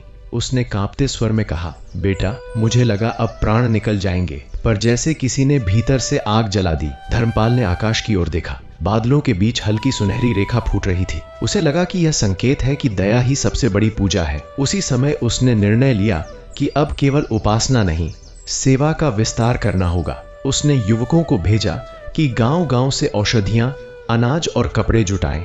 सूर्यपुर अब एक तीर्थ से बढ़कर आश्रय बन चुका था। दिन बीतते गए, पर संकट थमता नहीं था। कभी तेज आंधी आती, कभी अचानक वर्षा सब कुछ बहा ले जाती। लोग सोचने लगे कि कहीं उनकी भक्ति कम तो नहीं पड़ गई। कुछ कमजोर मन के लोग कहने लगे, शायद यह सब व्यर्थ है। यह सुनकर धर्मपाल का हृदय टूटने लगता, पर वह हार नहीं मानता। वह हर शाम चौपाल पर दीप जलाकर कथा सुनाता, पूर्वजों की, ऋषियों की, उन राजाओं की जिन्होंने विपत्तियों में भी धर्म नहीं छोड़ा। उसकी आवाज में ऐसी सच्चाई थी कि सुनने वालों की आंखें नम हो जाती। वह कहता, प्रकाश तभी चमकता है जब अंधेरा घना हो। यदि आज कठिनाई है तो समझो कि वरदान भी बड़ा होगा। उसकी बातों से लोगों में फिर साहस लौट आता। एक रात धर्मपाल को स्वप्न आया। उसने देखा कि आकाश में अग्नि रथ दौड़ रहा है। 7 घोड़े बादलों को चीरते हुए आगे बढ़ रहे हैं। रथ पर तेजस्वी पुरुष विराजमान हैं, जिनके मुख से प्रकाश की किरणें निकल रही हैं। वह समझ गया कि ये स्वयं सूर्य देव हैं। देवता ने कहा, धर्मपाल, मनुष्यों का विश्वास सबसे बड़ी शक्ति है। यदि तुम डगमगाए तो सब बिखर जाएगा। कल जब अंधकार छाए तब तुम दीपक जलाना। इतना कहकर दृश्य समाप्त हो गया। वह घबरा कर जागा, पर उसके भीतर अजीब सी शांति थी। उसे लगा जैसे किसी ने उसके कंधों पर हाथ रखकर आश्वस्त किया हो। उसने तय किया कि चाहे कुछ भी हो, वह लोगों को आशा का दीप दिखाएगा। अगले दिन सचमुच भयंकर तूफान आया। दोपहर में ही आकाश काला पड़ गया। बिजली गरजने लगी, पेड़ टूटकर गिरने लगे, नदी उफान मारने लगी। लोग घरों में छिप गए, घाट की सीढ़ियां पानी में डूब गईं। कई लोग चिल्लाने लगे, अब क्या होगा? धर्मपाल ने युवकों के साथ मिलकर बच्चों और बुजुर्गों को सुरक्षित स्थान पर पहुंचाया। वर्षा इतनी तेज थी कि आंखें खुली रखना कठिन था। फिर उसे स्वप्न की बात याद आई। वह भीगता हुआ मंदिर पहुंचा, एक मिट्टी का दीपक जलाया और उसे ऊंचाई पर रख दिया। आंधी में भी वह दीपक बुझा नहीं। धीरे धीरे लोग उस प्रकाश के पास आने लगे। किसी ने कहा, जब यह छोटा सा दीप नहीं बुझा तो हमारा विश्वास कैसे बुझ सकता है? उस क्षण सबके भीतर नया साहस जागा। तूफान के बाद जब सुबह हुई तो पूरा गांव बिखरा पड़ा था, पर आश्चर्य की बात यह थी कि किसी की जान नहीं गई थी। खेतों में पानी भर गया था, जिससे सूखी धरती को जीवन मिला। कीट भी बह गए थे। लोग समझ गए कि जो विपत्ति लगी थी वही वरदान बन गई। सबने मिलकर टूटे घरों को फिर से बनाया। स्त्रियां गीत गाती, बच्चे मिट्टी उठाते, पुरुष लकड़ी बांधते। यह सामूहिक श्रम किसी उत्सव जैसा लग रहा था। धर्मपाल दूर खड़ा यह दृश्य देख रहा था और उसकी आंखों में कृतज्ञता के आंसू थे। उसे लग रहा था कि असली चमत्कार आकाश से नहीं, मनुष्यों के मिलन से होता है। रविवार फिर आया। इस बार घाट पर पहले से कहीं अधिक दीप जले। हर हाथ में जल था, हर आंख में विश्वास। जब सूर्य की पहली किरण निकली तो ऐसा लगा जैसे सोने की नदी बह रही हो। धर्मपाल ने ऊंचे स्वर में कहा, जो भी यहां खड़ा है वह अकेला नहीं है। हम सब एक परिवार हैं और सूर्य हमारे साक्षी हैं। हजारों आवाजें एक साथ मंत्रोच्चार करने लगी। वह क्षण इतना दिव्य था कि कई लोगों को लगा जैसे समय थम गया हो। उसी प्रकाश में धर्मपाल ने अनुभव किया कि उसकी जीवन यात्रा केवल शुरुआत है। अभी और लोग आएंगे और कथाएं जन्म लेंगी और यह ज्योति दूर दूर तक फैलेगी। वह मुस्कुराया और अगली चुनौती का स्वागत करने को तैयार हो गया, क्योंकि अब उसे विश्वास था जब तक श्रद्धा जीवित है तब तक अंधकार कभी स्थायी नहीं हो सकता। तूफान के बाद की वह पहली भोर किसी नए युग की शुरुआत जैसी थी। हवा में नमी थी, पर उसमें भय नहीं बल्कि ताजगी घुली हुई थी। नदी का जल पहले से अधिक स्वच्छ लग रहा था, जैसे सारी मैल धुल गई हो। टूटे पेड़ों की डालियों पर बैठे पक्षी फिर से गाने लगे थे और मिट्टी से उठती सौंधी सुगंध पूरे वातावरण को पवित्र कर रही थी। धर्मपाल घाट की सीढ़ियों पर खड़ा होकर यह सब देख रहा था। उसके मन में एक अजीब शांति थी, पर साथ ही जिम्मेदारी का भार भी बढ़ गया था। उसे महसूस हुआ कि अब सूर्यपुर केवल एक गांव नहीं रहा, बल्कि आशा का प्रतीक बन चुका है। दूर दूर से लोग इस स्थान को तीर्थ समझकर आने लगे थे और हर व्यक्ति अपनी पीड़ा, अपनी कहानी, अपनी प्रार्थना लेकर आता था। वह जानता था कि इन सबका भरोसा उसी पर टिका है। उसने धीरे से हाथ जोड़कर आकाश की ओर देखा और मन ही मन कहा, हे प्रकाशदाता, मुझे कभी अभिमान न देना, केवल सेवा की शक्ति देना। दिन चढ़ते ही घाट पर असंख्य लोग इकट्ठा हो गए। शरणार्थियों के बच्चे अब मुस्कुरा रहे थे।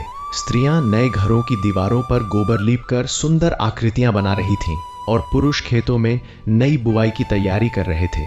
धर्मपाल ने युवकों को संगठित कर अलग अलग दल बना दिए। कोई भोजन बांटता, कोई औषधि देता, कोई बूढ़ों की सेवा करता। सेवा का यह क्रम देखकर कई आगंतुक दंग रह जाते। वे कहते, हमने मंदिरों में पूजा देखी है, पर ऐसी जीवित पूजा पहली बार देख रहे हैं। धर्मपाल मुस्कुरा देता। उसे लगता था कि असली पूजा वही है जिसमें दूसरे का दर्द अपना बन जाए। शाम को जब सब थक कर बैठते तो वह उन्हें कथा सुनाता, प्रकाश की, धैर्य की, विश्वास की। उसकी आवाज में ऐसा आकर्षण था कि छोटे बच्चे भी चुपचाप सुनते रहते। इन्हीं दिनों एक अजीब खबर फैलने लगी। कि पास के जंगल में कोई रहस्यमयी साधु तप कर रहा है, जिसके पास अद्भुत शक्तियां हैं। कुछ लोग उसे देवदूत कहते, कुछ पागल। धर्मपाल ने पहले ध्यान नहीं दिया, पर एक दिन वही साधु अचानक घाट पर आ पहुंचा। उसके बाल बिखरे थे, आंखें अंगारों की तरह चमक रही थी। उसने आते ही कहा, यह सब दिखावा है, केवल जल चढ़ाने से कुछ नहीं होता। भीड़ सन्न रह गई। कुछ लोग नाराज हो उठे, पर धर्मपाल ने उन्हें शांत किया। वह साधु के पास गया और बोला, यदि आपको कोई श्रेष्ठ मार्ग ज्ञात है तो हमें सिखाइए। साधु कुछ क्षण चुप रहा, फिर बोला, तुम्हारी परीक्षा अभी समाप्त नहीं हुई। जब मनुष्य की भक्ति बढ़ती है तब अहंकार चुपके से जन्म लेता है, उससे सावधान रहो। यह कहकर वह भीड़ में खो गया। धर्मपाल देर तक उसके शब्दों पर विचार करता रहा। उसे लगा कि सचमुच कहीं न कहीं लोगों में यह भावना तो नहीं आ रही कि वे दूसरों से अधिक पवित्र हैं। उस रात धर्मपाल ने पूरे गांव को बुलाकर कहा, हम किसी से बड़े नहीं हैं। यदि हम सेवा करते हैं तो यह हमारा कर्तव्य है, उपकार नहीं। उसकी बात सुनकर सबकी आंखें झुक गईं। अगले दिन से लोगों ने और अधिक विनम्रता से काम करना शुरू किया। कोई अपना नाम आगे नहीं करता, कोई दान का ढिंडोरा नहीं पीटता, सब कुछ चुपचाप होता। इसी विनम्रता में एक नई शक्ति थी। एक दिन एक बालक ने पूछा, काका, सूर्य देव हमें क्यों देखते हैं? धर्मपाल ने उसे गोद में उठाकर कहा, क्योंकि वे चाहते हैं कि हम भी दूसरों के लिए प्रकाश बने। बच्चे की हंसी सुनकर उसका मन खिल उठा। उसे लगा कि यही अगली पीढ़ी इस परंपरा को आगे बढ़ाएगी। धीरे धीरे सूर्यपुर की ख्याति दूर राज्यों तक पहुंच गई। व्यापारी, यात्री, साधु संत सब आने लगे। कोई रोग मुक्त होकर लौटता, कोई मनोकामना पूरी होने की कथा सुनाता। एक बार एक सैनिक आया जो युद्ध में घायल होकर चल नहीं पाता था। उसने कहा, मैंने सब जगह इलाज कराया पर लाभ नहीं हुआ। धर्मपाल ने उसे घाट पर बैठाकर अर्घ्य दिलाया और कई दिनों तक उसकी सेवा की। गांव के बच्चे रोज उसे कहानी सुनाते, महिलाएं उसके लिए खिचड़ी बनाती। कुछ सप्ताह बाद वह लाठी के सहारे चलने लगा। उसकी आंखों से आंसू बह निकले। उसने कहा, मुझे यहाँ औषधि से नहीं, प्रेम से शक्ति मिली। यह सुनकर सबका हृदय भर आया। उन्हें लगा कि सच्ची चिकित्सा करुणा है। एक रविवार की भोर कुछ विलक्षण घटित हुआ। जैसे ही लोगों ने अर्घ्य दिया, आकाश में अद्भुत प्रकाश फैल गया। बादल सुनहरे हो उठे और क्षितिज पर ऐसा दृश्य बना मानो अग्निरथ दौड़ रहा हो। लोगों ने एक साथ जयकारा लगाया। धर्मपाल की आंखें बंद थीं, पर उसे भीतर से स्पष्ट अनुभव हुआ कि स्वयं सूर्यदेव अपनी कृपा बरसा रहे हैं। उसे लगा जैसे कोई आवाज कह रही हो, तुमने सेवा को पूजा बनाया, इसलिए यह स्थान तीर्थ बन गया। उसकी देह रोमांचित हो उठी। उसने महसूस किया कि यह सब उसका नहीं, उस दिव्य शक्ति का कार्य है। वह जमीन पर दंडवत लेट गया और रो पड़ा। दिन बीतते गए, पर हर दिन नया अनुभव लेकर आता। कभी किसी की खोई गाय मिल जाती, कभी किसी का वर्षों पुराना रोग मिट जाता, तो कभी किसी टूटे परिवार में मेल हो जाता। लोग इन घटनाओं को चमत्कार कहते, पर धर्मपाल जानता था कि यह सब विश्वास का फल है। जब मन शुद्ध होता है तो प्रकृति भी साथ देती है। उसने गांव के बच्चों को पढ़ाना शुरू किया, उन्हें सूर्य मंत्र सिखाए, उन्हें समझाया कि ज्ञान और सेवा साथ साथ चलें। अब सूर्यपुर में केवल पूजा नहीं, शिक्षा और श्रम भी था। यह परिवर्तन देखकर बाहर से आए लोग कहते, यह स्थान किसी स्वर्ग से कम नहीं। और एक शाम जब सूर्य धीरे धीरे डूब रहा था, धर्मपाल अकेला नदी किनारे बैठा लहरों को देख रहा था। उसके मन में संतोष था, पर कहीं गहराई में उसे आभास हो रहा था कि यात्रा अभी समाप्त नहीं हुई। शायद आगे और बड़ी जिम्मेदारी उसका इंतजार कर रही है। शायद यह प्रकाश अब पूरे देश में फैलाना होगा। उसने अंतिम बार डूबते सूरज को प्रणाम किया और मुस्कुराया। उसके हृदय में एक ही विश्वास था, जब तक मनुष्य में श्रद्धा और सेवा जीवित है, तब तक अंधकार चाहे जितना भी आए, अंत में जीत प्रकाश की ही होगी। सांझ ढल रही थी और सूर्यपुर के ऊपर सुनहरी आभा धीरे धीरे लालिमा में बदल रही थी। नदी की लहरें उस प्रकाश को अपने भीतर समेटकर जैसे हजारों दीपों की तरह चमक रही थीं। धर्मपाल चुपचाप सीढ़ियों पर बैठा था, पर उसके भीतर विचारों का समुद्र उमड़ रहा था। इतने महीनों में जो कुछ हुआ वह किसी स्वप्न से कम नहीं था। एक बीमार, टूटा हुआ गांव अब सेवा और श्रद्धा का केंद्र बन चुका था। दूर दूर से आने वाले यात्री सूर्यपुर को प्रकाश धाम कहने लगे थे। पर धर्मपाल जानता था कि जब कोई स्थान प्रसिद्ध हो जाता है तो परीक्षा भी बड़ी हो जाती है। उसके मन में बार बार वही प्रश्न उठता, क्या हम इस पवित्रता को बनाए रख पाएंगे? उसने हाथ में जल लिया और डूबते सूरज को अर्पित करते हुए प्रार्थना की कि उसके लोगों के मन में कभी स्वार्थ जन्म न ले। अगले कुछ दिनों में गांव की दिनचर्या और व्यवस्थित हो गई। सुबह अर्घ्य, दिन में सेवा, शाम को कथा और कीर्तन। पर एक नई बात हुई। अब आसपास के गांव के मुखिया भी धर्मपाल से सलाह लेने आने लगे। वे कहते, हमारे यहाँ भी रोग और कलह है, हमें भी ऐसा ही मार्ग बताओ। धर्मपाल उन्हें कोई चमत्कारी उपाय नहीं देता, बस कहता, साथ बैठो, एक दूसरे का दुख सुनो और रविवार को सब मिलकर सूर्य को जल दो। कई लोग पहले इसे साधारण समझते, पर जब वे लौटकर अपने गांवों में यह परंपरा शुरू करते तो धीरे धीरे वहां भी परिवर्तन आने लगता। परिवारों में मेल होने लगा, शराब और झगड़े कम होने लगे। यह खबर जब वापस सूर्यपुर पहुंची तो सबको गर्व हुआ, पर धर्मपाल ने तुरंत समझाया, यह हमारा नहीं, विश्वास का प्रभाव है। इसी बीच एक अनहोनी घटना घटी। गांव का सबसे मेहनती किसान रामू अचानक गंभीर रूप से बीमार पड़ गया। वह वही व्यक्ति था जिसने तूफान के समय सबसे अधिक सेवा की थी। अब वह बिस्तर से उठ भी नहीं पा रहा था। उसकी पत्नी रोती हुई धर्मपाल के पास आई। भैया, जिसने सबकी मदद की वही आज क्यों पीड़ित है? यह प्रश्न धर्मपाल के हृदय को चीर गया। उसने रामू के पास बैठकर उसका हाथ पकड़ा। रामू मुस्कुराया और बोला, मुझे डर नहीं, बस इतना है कि खेत अधूरे रह गए। धर्मपाल ने गांव वालों को बुलाया और कहा, आज हम सब मिलकर रामू के खेत में काम करेंगे। अगले ही दिन पूरा गांव उसके खेत में उतर गया। शाम तक सारी बुवाई पूरी हो गई। जब रामू ने यह सुना, उसकी आंखों में कृतज्ञता के आंसू आ गए। कुछ ही दिनों में उसका स्वास्थ्य सुधरने लगा। तब सबने समझा, सच्चे सेवक को ईश्वर कभी अकेला नहीं छोड़ते। समय बीतने के साथ सूर्यपुर का वातावरण और भी आध्यात्मिक होता गया। रात को जब सैकड़ों दीपक जलते तो लगता मानो धरती पर तारों का आकाश उतर आया हो। बच्चे भजन गाते, बुजुर्ग कथाएं सुनाते और महिलाएं प्रसाद बनाती। उन क्षणों में किसी को अपनी गरीबी या दुख याद नहीं रहता। एक रात धर्मपाल ने देखा कि एक छोटा बालक चुपचाप आकाश की ओर देख रहा है। उसने पूछा, क्या सोच रहे हो? बालक बोला, काका, जब सूरज सो जाता है तो क्या वह हमें भूल जाता है? धर्मपाल हंस पड़ा और बोला, नहीं बेटा, वह रात में भी हमारे दिलों में जलता है। यह सरल प्रश्न उसके भीतर गहराई तक उतर गया। उसे लगा कि यही मासूम विश्वास इस पूरे आंदोलन की आत्मा है। कुछ सप्ताह बाद फिर वही रहस्यमयी साधु लौट आया, पर इस बार उसका चेहरा शांत था। वह बरगद के नीचे बैठ गया और ध्यान करने लगा। लोग उसे देखने जुट गए। धर्मपाल ने जाकर प्रणाम किया। साधु ने आंखें खोली और कहा, तुम्हारा गांव अब केवल गांव नहीं रहा, यह एक संदेश है। पर याद रखो, संदेश फैलाते समय खुद को मत खो देना। उसने आगे कहा, अब तुम्हें यहां से बाहर भी जाना होगा, क्योंकि प्रकाश को सीमाओं में नहीं बांधा जा सकता। यह सुनकर धर्मपाल चुप हो गया। उसने कभी सोचा ही नहीं था कि उसे सूर्यपुर छोड़ना पड़ सकता है, पर उसे महसूस हुआ कि शायद यही अगला कदम है, इस ज्योति को दूर दूर तक पहुंचाना। रविवार की एक विशेष भोर पर जब आकाश असाधारण रूप से स्वच्छ था, पूरा गांव घाट पर इकट्ठा हुआ। धर्मपाल ने घोषणा की कि वह कुछ समय के लिए आसपास के प्रदेशों में जाएगा और वहां भी यह परंपरा शुरू करेगा। यह सुनकर सबकी आंखें भर आईं। किसी ने कहा, आपके बिना हम क्या करेंगे? उसने उत्तर दिया, मैं जा रहा हूं, पर सूर्य तो यहीं रहेगा। फिर उसने सबको जल अर्पित करने को कहा। जैसे ही हजारों हाथ उठे, क्षितिज से दिव्य प्रकाश फूटा। ऐसा लगा मानो स्वयं सूर्य देव आशीर्वाद दे रहे हों।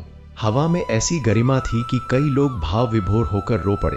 धर्मपाल ने उस क्षण महसूस किया कि उसका जीवन अब व्यक्तिगत नहीं रहा, वह इस प्रकाश का दूत बन चुका है।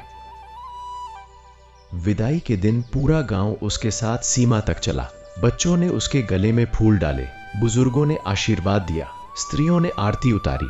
धर्मपाल ने पीछे मुड़कर देखा। सूर्यपुर की कच्ची गलियां, मिट्टी के घर, घाट की सीढ़ियां, सब उसकी आंखों में बस गए। पर उसके मन में डर नहीं था, केवल विश्वास था। उसे पता था कि अब यह गांव स्वयं संभल सकता है। उसने अंतिम बार हाथ जोड़कर प्रणाम किया और आगे बढ़ गया। रास्ते में चलते हुए उसे हर पेड़, हर किरण, हर हवा का झोंका जैसे साथ देता महसूस हुआ।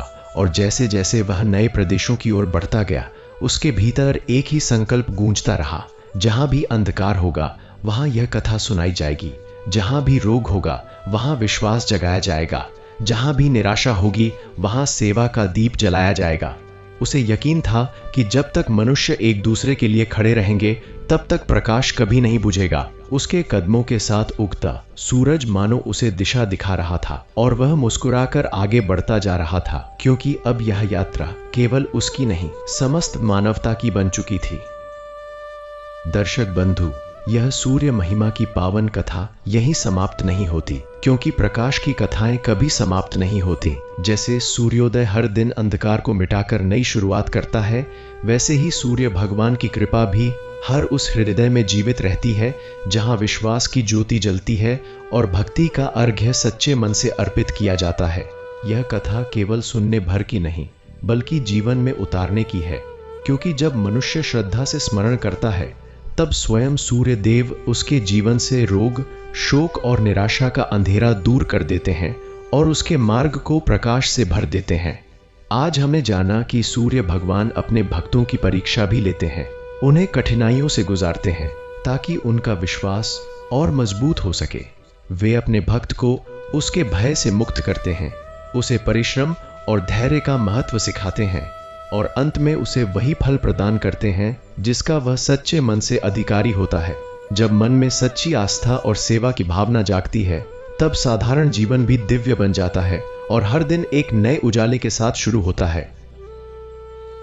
दर्शक बंधु, यदि आज की इस कथा ने आपके हृदय में सूर्य भगवान के प्रति श्रद्धा बढ़ाई हो, यदि आपके भीतर साहस, सकारात्मकता और नई ऊर्जा का संचार हुआ हो, तो आपसे हमारा एक छोटा सा निवेदन है कि इस वीडियो को लाइक करें, चैनल को सब्सक्राइब करें और बेल आइकन अवश्य दबाएं, क्योंकि ज्ञान बांटने से बढ़ता है और भक्ति सुनने से गहरी होती है। जब हम मिलकर धर्म, कथा और प्रेरणा को आगे बढ़ाते हैं, तभी यह प्रकाश अधिक लोगों तक पहुंचता है और अनेक जीवनों को रोशन करता है। हम फिर मिलेंगे एक नई कथा, एक नई सीख और सूर्य भगवान के एक और दिव्य चमत्कार के साथ। तब तक के लिए यही प्रार्थना है कि सूर्य देव आपके जीवन से सारे भय, दुख और बाधाएं दूर करें, आपके घर में स्वास्थ्य, शांति, समृद्धि और सफलता का उजाला भर दें और आपके हर दिन की शुरुआत आशा की किरणों से हो। जय सूर्य नारायण। ओ सूर्याय नमः। सनातन धर्म की जय।